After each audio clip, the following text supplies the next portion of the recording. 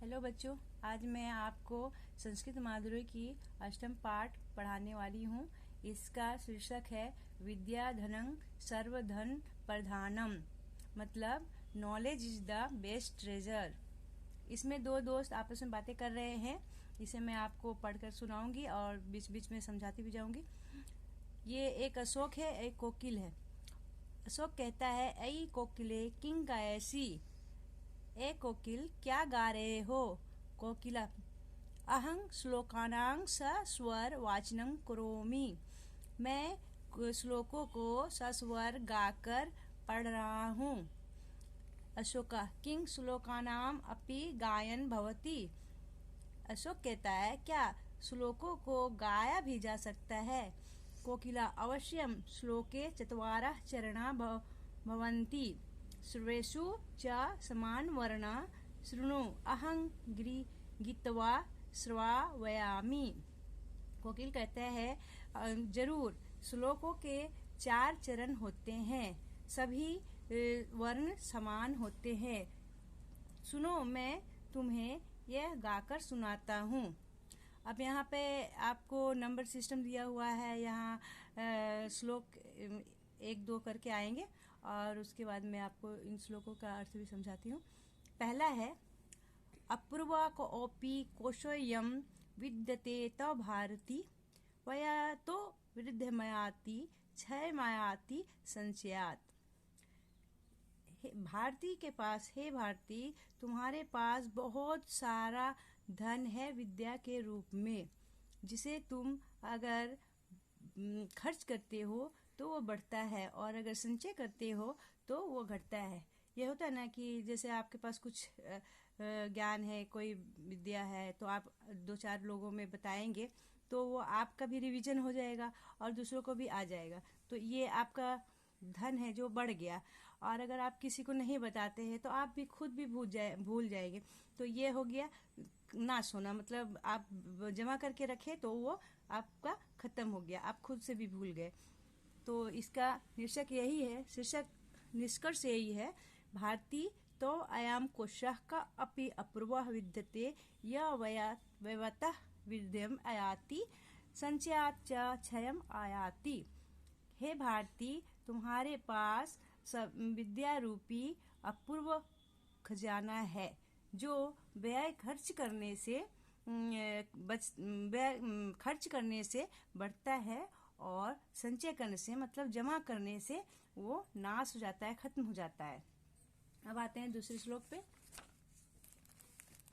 दूसरा श्लोक है, रूप यौवन संपन्ना विशाल कुल संभवा, विद्याहीना ना शोभन्ते निर्गंधायु की शुका।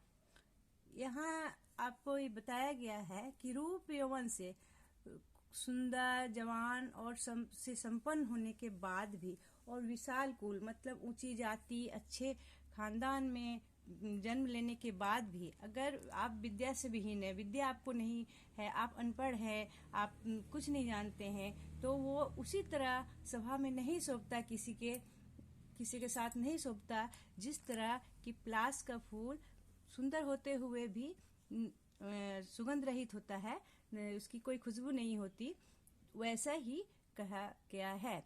इसका निष्कर्ष यह है, रूप यौवन संपन्ना विशाल कुल संभवा, विद्याहीना नरः निर्गंधा किंशुका इव ना शोभन्ते। रूप यौवन से संपन्न, विशाल कुल में जन्म लेने के बाद भी विद्या से विहीन जो लोग होते हैं, वो उसी तरह नहीं शोभा पाते जिस तरह पलाश का फूल बिना सुगंध के। तीसरा है, इसमें माता पिता के बारे में दिया गया है। तीसरा श्लोक है, माता शत्रु पिता वैरी, येन बालो ना पठिता ना शोभते सभा मध्य हंस मध्य वको यथा। वो माता शत्रु के समान है, पिता दुश्मन के समान, जो अपने बच्चों को नहीं पढ़ाते। जिस तरह सभा या समूह में हंस नहीं, जिस तरह ज्ञानी लोगों के सभा में अज्ञानी नहीं शोभा पाते हैं, उसी तरह हंस के माता शत्रु पिता वैरी एन बालोना। जो माता अपने माता पिता, जो माता, वो माता शत्रु है, पिता वैरी है। कहाँ से? वो माता शत्रु के समान है और पिता दुश्मन के समान, जो बच्चों को नहीं पढ़ाते हैं। ना शोभते सभा मध्य हंस मध्य वको यथा। वो बच्चे उसी तरह शोभा सभा में नहीं पाते जिस तरह हंसों के मध्य, हंसों के बीच में बोगला नहीं शोभता। इसका निष्कर्ष ये है, येन मात्रा पित्रा च बालका बाला न पठिता सा माता शत्रु सा पिता वैरी भवती। जो माता पिता अपने बच्चों को नहीं पढ़ाते हैं वो माता शत्रु के समान और पिता वैरी के समान होता है। सा बालका संभा मध्य तथा ना शोभते यथा हंस मध्य वको ना शोभते। वो बालक उसी तरह सभा में, पढ़े लिखों के सभा में नहीं शोभता है जिस तरह हंसों की सभा में बोगला नहीं शोभता। यह चौथा श्लोक है। सुखार्थिना कुतो विद्या विद्यार्थिना कुतः सुखम। सुखार्थी व तज्जेत विद्यांग विद्यार्थी व तज्जेत सुखम। सुख चाहने वालों के पास विद्या कहाँ, अविद्या चाहने वालों के पास सुख कहाँ। सुखार्थी व तज्जित विद्या, जिसको सुख चाहिए उसे विद्या त्यागना होता है, और जिसे विद्यार्थी व तज्जित सुखम, और विद्या चाहने वाले को सुख त्यागना होता है। निष्कर्ष यह है, सुखार्थी न विद्या कुतः विद्यार्थी न व सुखम कुतः सुखार्थी विद्याम तज्जेत विद्यार्थी व सुखम तज्जेत। सुख चाहने वालों को विद्या कहाँ और विद्या चाहने वालों को सुख कहाँ। सुख चाहने वाले को विद्या को त्याग देना चाहिए और विद्या चाहने वाले को सुख त्यागना चाहिए। अब हम 5वें श्लोक पे आते हैं। विद्या ददाति विनयम विनयात याति पात्रतम पात्रत्वात् धनाप्नोति धनाधरम ततः सुखम। विद्या से विनम्रता आती है और विनम्रता से आपको पात्रता मिलती। पात्रता मतलब हो गया कि आपका व्यक्तित्व, आपका व्यवहार, आपका गुण जो अच्छा है, और पात्रता से आपको धन की प्राप्ति होती है। पात्रता, अगर आपका व्यवहार अच्छा है, आपका चरित्र अच्छा है और आप हर किसी के साथ अच्छा व्यवहार करते हैं, तो ये आपके जैसे जॉब हुआ, ये आपके इसमें काम आ सकता है, जिससे आपकी धन प्राप्ति होती है। और धन जिसके पास होता है, धनार्धनम तथा सुखम, और धन जिसके पास होता है उसके पास धर्म भी होता है, और धर्म होता है तो सुख भी होता है। इसका निष्कर्ष यह है, विद्या विनयम ददाति विनयात पात्र ताम याति पात्रत्वात् धनम आपनोति धनाधम धर्म आपनोति तथा सुखम आपनोति। मैंने विद्या विनय देती है, विद्या से विनम्रता आती है, विनम्रता से आपकी व्यक्तित्व अच्छा होता है और उसकी वजह से आपको धन की प्राप्ति होती है। धन की प्राप्ति से धर्म की प्राप्ति होती है, और जहाँ धर्म की प्राप्ति होती है वहाँ सुख की भी प्राप्ति होती है।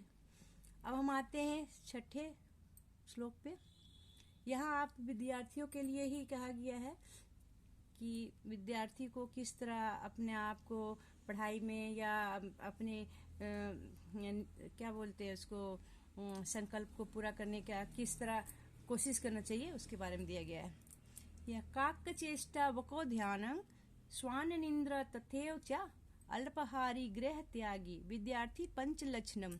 यहाँ विद्यार्थियों के लिए 5 लक्षण बताया गया है। काक चेष्टा मतलब कौवे की तरह कोशिश करना, बको ध्यान मतलब बोगले की तरह ध्यान लगाना। बोगलों को आप लोग देखे होंगे, नदी के किनारे, नदी में खड़ा होता है एक पैर पे और एकदम पानी को देखता रहता है, जैसे मछली दिखती है बस फट से पकड़ लेता है, वो हुआ बको ध्यान मतलब बोगले की तरह ध्यान करना। श्वान निंद्रा मतलब कुत्ते की तरह नींद की, जरा सी भी आहट हुई, थोड़ी भी आहट हुई, वो फटाक से उठ जाता है। तो ये हुआ, ये 3 लक्षण हुए। और उसके बाद है विद्यार्थियों को अल्पहारी मतलब कम खाना, गृह त्यागी मतलब घर छोड़ना। ये विद्यार्थियों के 5 लक्षण हैं। निष्कर्ष ये है, काक चेष्टा बको ध्यानम तथा एवं स्वानिंद्र अल्पहारी गृह त्यागी च विद्यार्थी पंच लक्षणम भवति। कौवे की तरह कोशिश करना, बोगले की तरह ध्यान देना, कुत्ते की तरह कम सोना, कम खाना और घर छोड़ देना, ये 5 लक्षण विद्यार्थियों में होते हैं और होना चाहिए।